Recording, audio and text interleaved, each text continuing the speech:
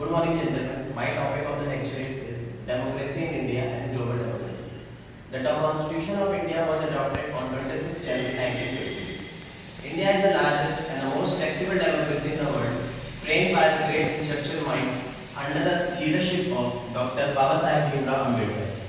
India upholds the concepts of secularism, socialism, and equality.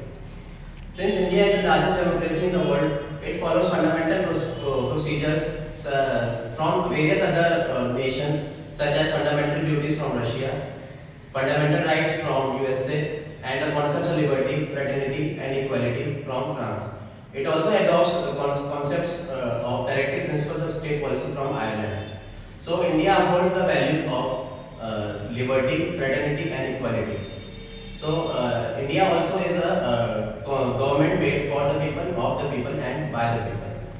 But at the same time, it follows the stringent measures to amend bills and make them transform them into laws.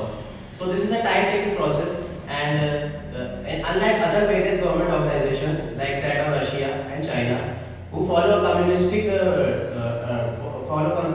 concept that of the Karl Marx, they don't follow such stringent measures.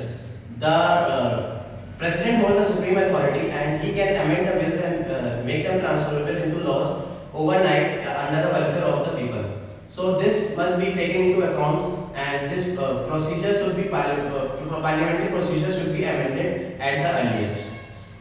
Besides that, I am proud of being a democratic nation, and there are many boons and benefits of a democratic nation.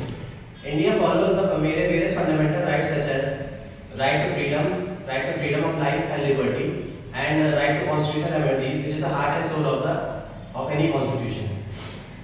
So these are managed and followed by the legislative, which makes laws, the executive, which implements the laws, and the judiciary, which interprets and makes justice.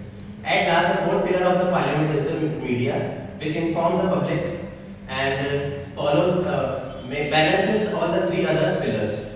So at last, I would like to say that I am a very proud citizen of a democratic nation, and I would like to summarize my lecture by saying that we must build our fundamental democracy by building blocks and putting one brick over another in a cautious way, and also at the same time we must make them in a incremental procedure to make it at a speedy pace. Thank you very much.